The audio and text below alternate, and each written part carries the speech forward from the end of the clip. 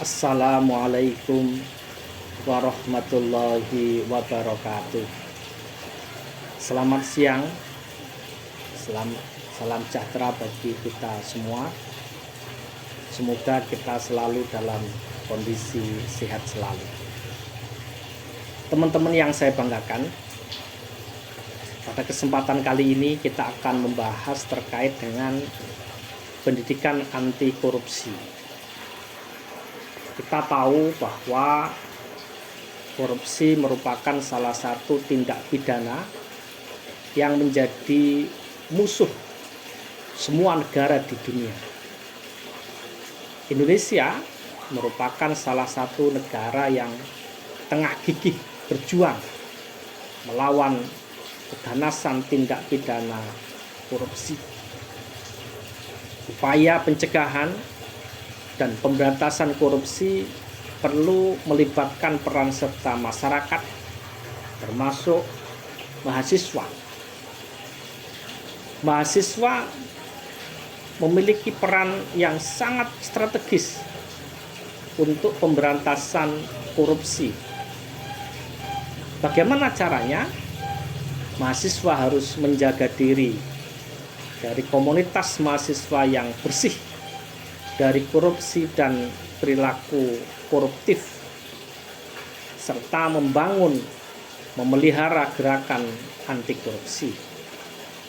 Peran mahasiswa dalam pemberantasan korupsi akan sangat maksimal jika mahasiswa memahami pengetahuan tentang korupsi dan upaya-upaya pemberantasannya, serta menerapkan nilai-nilai korupsi dalam dirinya. Oleh karena itu, korupsi ini memiliki beberapa pengertian. Korup itu memiliki arti busuk, suka menerima uang suap, sogok. Kalau korupsi itu adalah perbuatan busuk, seperti penggelapan uang, penerimaan uang sogok, dan lain sebagainya. Nah, koruptor itu adalah orang yang melakukan korupsi. Oleh karena itu, pengertian korupsi dibagi menjadi 3 tipe fenomena. Yang pertama, penyuapan, yaitu menawarkan pemberian atau hadiah yang menggiurkan. Yang nomor 2, pemerasan, yaitu permintaan pemberian hadiah dari pelaksanaan tugas publik.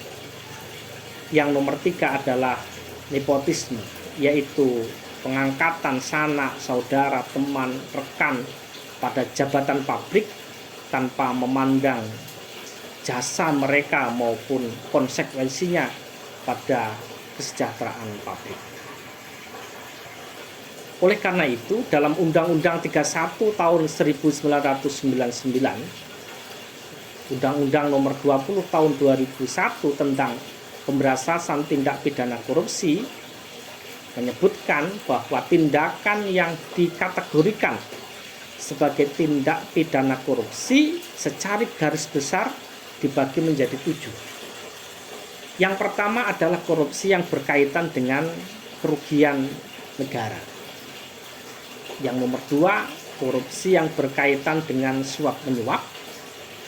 Yang nomor 3, korupsi yang berkaitan dengan penggelapan jabatan. Yang nomor 4, korupsi yang berkaitan dengan perbuatan pemerasan. Nomor 5, korupsi yang berkaitan dengan perbuatan curang. Yang nomor 6, korupsi yang berkaitan dengan benturan kepentingan dalam pengadaan. Dan yang nomor 7, korupsi yang berkaitan dengan gratifikasi, pemberian hadiah, dan lain sebagainya. Ciri-ciri perilaku korupsi: yang pertama, senantiasa melibatkan lebih dari satu orang. Yang nomor 2, motif korupsi tetap terjaga kerahasiaannya meski menjadi masalah yang umum. Yang nomor 3, melibatkan elemen kewajiban dan keuntungan yang timbal balik yang tidak selalu berupa uang. Yang nomor 4, mereka yang terlibat adalah yang menginginkan keputusan dan mampu mempengaruhi keputusan. Yang nomor 5, mengandung penipuan, biasanya pada badan publik atau masyarakat umum.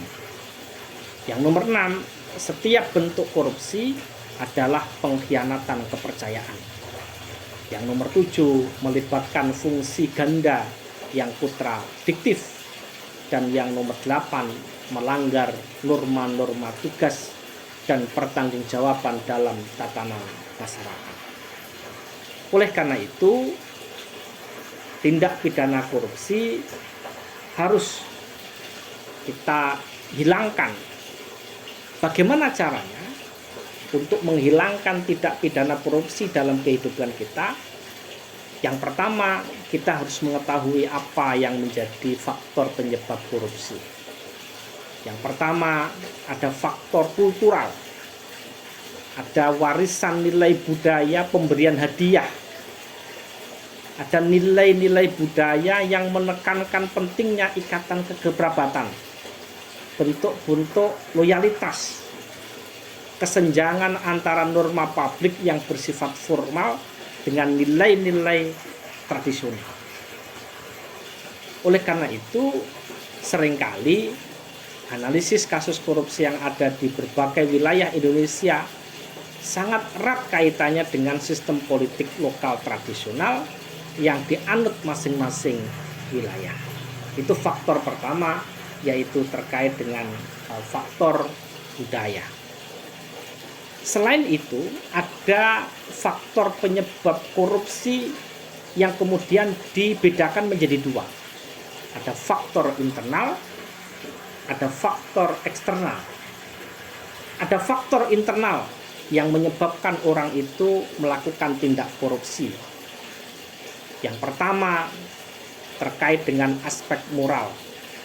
Mulai dari lemahnya keimanan kita, kejujuran kita, rasa malu, aspek-aspek perilaku, pola hidup konsumtif, ya, seperti keluarga yang mendorong seseorang berperilaku korup dan lain sebagainya. Itu faktor internal. Ada faktor eksternal yang menyebabkan orang melakukan tindak pidana korupsi. Mulai dari aspek ekonomi, misalnya pendapatan, gaji yang tidak mencukupi kebutuhan. Aspek politis, misalnya terkait dengan instabilitas politik, kepentingan politik, meraih dan mempertahankan kekuasaan, aspek manajemen organisasi, ketiadaan akuntabilitas dan transparansi, aspek hukum, dan lain sebagainya.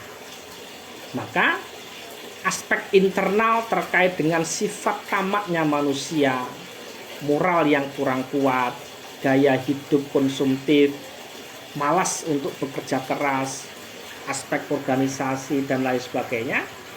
Ini harus kita upayakan jangan sampai masuk di dalam kehidupan kita. Selain itu, korupsi juga seringkali didorong adanya kesempatan. Kesempatan ini terkait dengan aji mumpung, seringkali orang mengatakan seperti itu. Oleh karena itu, di dalam pelaksanaan bagaimana kemudian ICW menyusun buku dengan judul Peran Parlemen dalam Membasmi Korupsi, menyebutkan beberapa penyebab eksternal perilaku korupsi. Yang pertama ada faktor politik, yang nomor 2 ada faktor hukum, yang nomor 3 ada faktor ekonomi dan birokrasi, dan yang nomor 4 ada faktor namanya faktor transnasional. Ini yang kemudian menjadi beberapa hal yang menyebabkan orang kemudian melakukan tindak pidana korupsi. Padahal kalau kita lihat bagaimana dampak masif korupsi yang dilakukan oleh berbagai macam lembaga yang ada di negeri kita. Yang pertama ada dampak ekonomi. Bagaimana kemudian kita bisa melihat harusnya bantuan itu diberikan kepada rakyat miskin, tapi karena dikorupsi, bantuan-bantuan itu tidak tepat sasaran. ada namanya dampak politik, di mana orang kemudian melihat di media massa, media sosial, uang hasil korupsi yang dilakukan oleh beberapa politikus untuk membiayai aktivitas politik dan mempertahankan kekuasaan, sehingga orang tidak percaya lagi dengan politik partai politik yang ada. Oleh karena itu, Indonesia harus berani melawan dan memerangi korupsi melalui berbagai macam kebijakan, regulasi, peraturan perundang-undangan yang ada, yang diupayakan agar supaya tegas terhadap pelaku-pelaku korupsi. Namun demikian, kita bisa melihat hari ini justru semakin banyak kasus-kasus korupsi yang terkuak di persidangan di pengadilan. Oleh karena itu, ada hal yang menarik apa yang disampaikan oleh Ketua KPK, bahwa ada pergeseran usia pelaku korupsi. Semula korupsi itu dilakukan oleh orang-orang di usia di atas 50 tahun. Namun saat ini, menurut data KPK, bahwa korupsi ini sudah bergeser. Tidak hanya orang-orang di usia 50 tahun ke atas, tapi banyak anak-anak muda dari kasus-kasus yang ditangani KPK. Ada inisial N, ditangkap KPK di usia 35 tahun. Ada inisial AS, ditangkap KPK di usia 32 tahun. Ada pegawai-pegawai pajak yang ditangkap oleh KPK di usia 29 tahun. Ini sebuah ironi di mana anak-anak muda yang menjadi kebanggaan kita, generasi penerus bangsa, justru di usia yang masih muda sudah banyak terjerat masalah tindak pidana korupsi. Oleh karena itu, kita sebagai mahasiswa-mahasiswi jangan sampai kemudian terjerumus pada nilai-nilai tindak-tindak yang kemudian menyebabkan kita masuk dalam tindak pidana korupsi. Karena jelas korupsi itu bagian daripada harta yang diharamkan oleh Allah Subhanahu wa taala, Tuhan yang Maha Esa. Sebagai mahasiswa, kita harus introspeksi diri, kewajiban kita, agar supaya nilai-nilai kejujuran, nilai-nilai kepedulian, nilai-nilai kedisiplinan, nilai-nilai tanggung jawab, nilai-nilai kerja keras, yang tidak kalah pentingnya adalah kesederhanaan. Seringkali kita bisa melihat uang yang didapat oleh DPR sudah banyak, tapi dia tetap saja melakukan tindak pidana korupsi. Aparat penegak hukum sudah banyak gajinya, tapi banyak juga yang melakukan tindak pidana korupsi. Kenapa? Ada gaya yang hilang dari mereka, yaitu gaya kesederhanaan. Selain itu, mahasiswa juga punya kemauan untuk berani sekaligus menuntut untuk keadilan. Nah, oleh karena itu, di dalam prinsip-prinsip anti korupsi itu ada namanya akuntabilitas. Apa artinya? Kesesuaian antara aturan dan pelaksanaan kerja. Yang nomor 2, butuh transparansi. Penting karena memberantas korupsi itu dimulai dari transparansi anggaran negara. Yang nomor 3, ada kewajaran. Kewajaran sejauh mana kewajaran jangan sampai terjadi manipulasi dalam penganggaran, baik dalam bentuk markup maupun ketidakwajaran yang lainnya. Yang nomor 4 juga terkait dengan kebijakan, kontrol kebijakan, sehingga harus ada upaya-upaya serius yang dilakukan oleh negara agar supaya korupsi tidak menjalar sampai ke bawah. Karena kita tahu bahwa hari ini korupsi tidak hanya di tingkat elit, tetapi sudah masuk di level-level lembaga pemerintah yang paling bawah, di desa, di kecamatan, di kabupaten, dan lain sebagainya. Ini sudah menjadi darurat bagi kita semuanya agar supaya korupsi tidak merajalela di semua sektor kehidupan kita. Terima kasih, kurang lebihnya mohon maaf. Selamat siang. Assalamualaikum warahmatullahi wabarakatuh.